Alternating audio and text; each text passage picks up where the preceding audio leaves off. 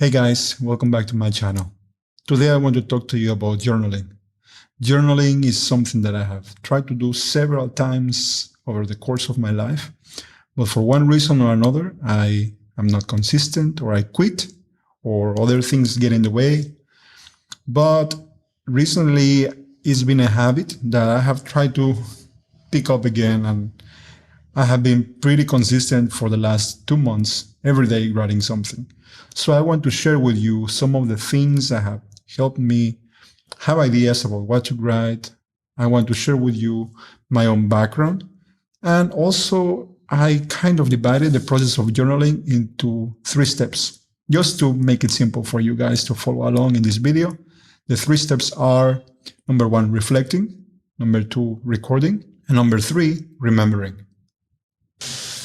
All of these are journals that I found around the house that I have tried to keep over the years. Most of them are incomplete, actually. I have this one. It's the oldest one, since 1997. I was just 10 years old, and I was just writing about the weather, or saying like, today is a good day, I played with my dog, or I'm excited about Christmas. I have some that are from middle school, like I was in classes and I just didn't want to pay attention, so I was starting out to write some thoughts or stories. So half of them are not from school, and the other half are thoughts or ideas that I was having when I was not paying attention. In a way, I think it was also kind of pushing my creativity without me knowing. I remember I was in high school when I found this website called the Photolog, which was kind of like a personal blog thing where you put a picture and you had to write something every day. So I would take like experiences from school and like mix them with some fiction or change the story a little bit. It was a little bit also to find validation, honestly, from other people, to go there and like it and stuff. This was before social media. And let me see. When I was 18 years old, I went to America to study university. And that was a time where every day was so full of new things. I was coming from Mexico, a different culture. Then I started living with American roommates. I started to meet new people, listening stories from people that would come from all around the world. So I had a lot of stuff going on, and I got this journal from Barnes & Noble. And these ones actually are the ones that I totally filled up. These ones. And eventually I grew up and I got busy with work and with life, and this one kind of like stayed in the middle. This is the one that I'm trying to continue writing right now.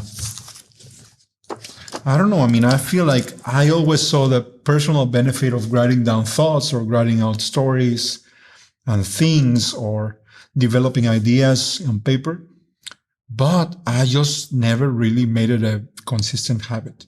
Other than that time, of course, when I had so many things going on in my life, and every day I had so much to write about. So let's just go a little bit on the process of journaling. Reflecting. I think that the reflecting part of journaling may be one of the most important, if not the most important side of it. And you can do this actually without writing down anything. In the middle of a busy day, it's always super good to just sit down and figure out what's going on. There's several different kinds of journals that you can keep. There's like gratitude journals. What are you thankful about? Or if you're trying to lose weight, for example, you can journal about what you eat and track the amount of food that you eat, or whatever, calories. If you are too stressed about things, there's something called a worry journal, where you write down the things that stress you out, and that way you can free your mind a little bit. Earlier this year, I was reading this book called Make Time, which is a book encouraging you to really make time for things that matter to you, things that are meaningful. Many times we have projects and work, and we're so busy doing things for other people. And most of these things actually last for a very long time, so you don't get feedback immediately. You kind of feel like you're just doing the same, but you don't see any results. So this book, Make Time, encourages you to choose a highlight every day. One thing that you can complete and that will be meaningful to you. Whether it's something about work or whether it's something personal. Now, one of the things with all of this, choosing your highlight and completing it, has to do with reflecting. Like every morning, I will write down things that I planned for the day. And also, I will write down how did I do on that highlight from the previous day? How can I improve about the things that I did, or how can I make better time, or how can I avoid distractions or stay energized or motivated? Aside from writing down highlights, I am trying to keep up also a journal of thoughts. So whenever something happens in my life and I have an idea, I also write it down. And I just write maybe like a couple of sentences. But my favorite so far has been writing down stories. And let me go to the second point that I wanted to tell you about journaling, recording. For me, this step actually may have been the motivation behind starting journaling when I was 10 years old or when I was in high school, trying to put my memories into somewhere that I can come back. Because recording your memories in a way it allows you to go back in time. Earlier this year, I was also reading this book, Storyworthy by Matthew Dix. And this book talks a lot about, storytelling, the art of telling stories, how to structure stories, all that.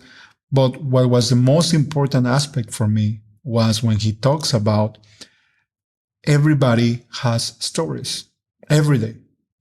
Little things that are very meaningful, that in many ways shape who you are or shape your vision of the world around you. And if you get into the practice of, number one, noticing these things that are happening to you every day or these moments, and number two, writing them down, it really allows you to find meaning around you all the time. Like I have some entries here that I can read to you, for example. Stories. Movie night. It's a busy day again. I have to move around some priorities. I planned to record a video for YouTube, but I think I will exchange it for a movie with Sonny. It feels so long since we watched a movie at home. It's just almost nothing, really. I mean, and I not only record happy things, I also record things that worry me a little bit. For example, here, Monday evening, we were arriving from Mexico City, and Dad texted me that my grandfather was sick with fever and that he could not pick us up from the airport. We were not really expecting him to pick us up, but listening that Abuelito, or my grandfather, was sick was a bit worrying. Getting sick this and last year is a big deal. For me, family is super important, and I know that there will be a day when I don't have my parents or my grandparents with me. So I'm always trying to value things or moments that happened with them. Let's just go to the last step of all of this journaling process that I'm telling you. Remembering. I think that maybe remembering is one of the perks of journaling. It's just maybe not the main motivation behind why I do it, but it's just so good to just open one of my old notebooks and see how far I've come since that time. Even when I read that journal when I was 10 years old, I can see that I was so free of worries, no responsibilities, just excited about Christmas. And it's just, I don't know, I mean, there's some beauty to it. But to go back to that time or to my university time, when sometimes I was a little bit heartbroken or I just needed a friend to talk to, and I just would come to my journal and write some thoughts and feelings down. A lot of times I had problems or situations that seemed so big at that moment in time. But now I can see that it was nothing. I overcame all of that and I am here now. So I feel like remembering through journaling is also something very special. For that, actually, I have found this application called Day One, which has this feature, kind of like Facebook, you know, that 1 year ago you were doing this, or 1 year ago you took this picture. Before closing this video, I want to address the reason that I stopped journaling in the past, because I think it's so common. for people to be excited about journaling or writing down their everyday or thoughts or stories or ideas, but just don't keep up with it or quit after a short time. For me, it was number one, that it felt too much of an effort, too much work, especially when I didn't have many things going on in my life. And number two, that it wasn't a habit. So maybe I was excited about it for a while, and then other things came up and I kind of forgot about it one day, another day, and then suddenly it was just not part of my everyday. About the effort part, yes, journaling does require some effort, especially in the middle of a crazy day. It does require you to like sit down and think a little bit about what are you going to write. It doesn't have to be a lot. It can be a couple of sentences, I'm telling you. But the important thing is that you put out something. This year has been huge for me because I was so overweight starting this year, and I have lost actually about 80 pounds. Why? Because I realized, you know what, losing weight and doing exercise and trying to be healthy does require work, does require effort, but it's something very important for me. I have put it on the side for so many years and I want to retake it. So I started with a habit of exercising and trying to eat healthy. Things that are important to you or that are good for you not always have to be the easiest things to do. But journaling really is so easy. I mean, you just have to write down a couple of sentences and that's enough. So there's no excuse. On the habit side of things, this year I have tried to really study how habits work, because I'm telling you, I was so unhealthy at the beginning of the year. I had to figure out how can I make time to work out, to eat healthy.